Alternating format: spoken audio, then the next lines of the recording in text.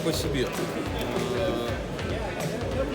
Его квалификация подразумевает, что он должен выполнять определенные действия или перед началом работы, или в процессе, или после работы.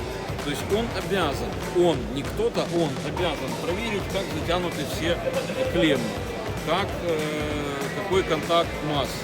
Он должен перед работой проверить режим сварки. Да, скажем, обслуживание аппарата, возможно, это не сварщика забота. То есть это должен делать, ну, скажем, это служба главного инженера, по-хорошему должна делать. Но снимаются все крышки, и сухим сжатым воздухом все выдувается. Выдули, аппарат выключен, берете ключи, видите все болты, пробуете тянуть. Тянется, значит подтягиваете. Не тянется, хорошо.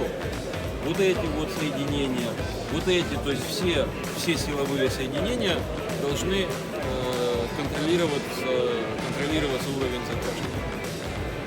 То есть вот это вот единственное техобслуживание, которое они могут делать аппарат.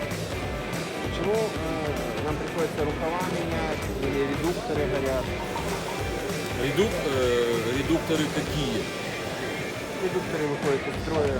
Газовые? Мерзнут, да. Их можно сломать, но выйти из строя вряд ли. Газовый редуктор, там, во-первых, электрики нет, если у вас это не редуктора с подогревом. Если редуктора с подогревателем газа, они могут его включить вместо 36 вольт в 220. Тогда он сгорит.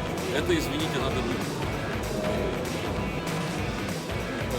Горелки, это вот выход из строя горелки, это или нарушение условий ее эксплуатации, опять же, это по мозгам сварщику надавать, или небрежность в работе, что опять же по мозгам сварщику надавать, или, ну, скажем, 99% вина сварщика, к сожалению.